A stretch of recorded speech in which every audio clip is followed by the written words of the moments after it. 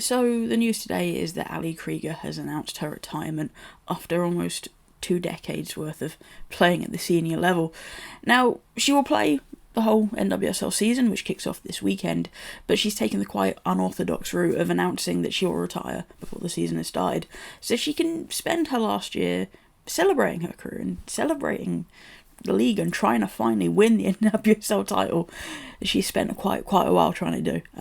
Close in 2016, but it's about sort of sharing this and her journey, her career with those closest to her, and with her friends, family, teammates, coaches. It's a lovely idea from Krieger.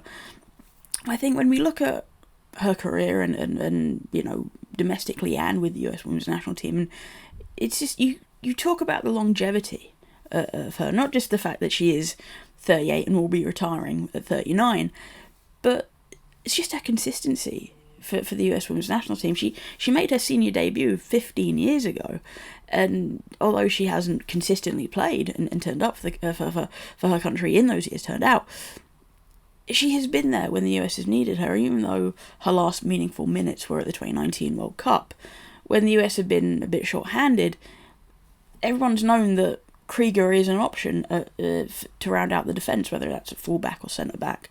And I think that speaks so much to the fact that what you're going to get from Krieger is that consistency. And I think when we look at, say, the 2015 World Cup, it's easy to remember Carly Lloyd's goals, or sort of Megan Rapinoe's brilliance in the group stage, or sort of some of the real sort of clutch saves from Hope Solo at that tournament, and you kind of remember those moments.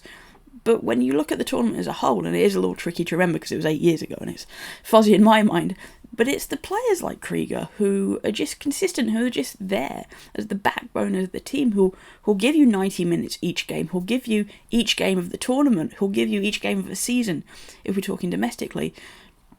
And yes, we will always look at those players who grab the headlines with those big moments that change games.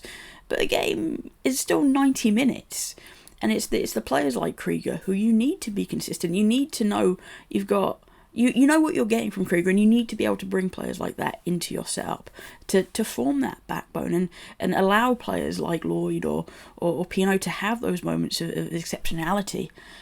So I think she's for all Krieger's career, it's the fact that you can hold her up as this player who, I mean, she's had her setbacks, she's had her big injuries, but she's always come back, and she's always had that consistency. And I think that, not just the longevity, but the consistency, I think, is sort of the legacy she's leaving behind.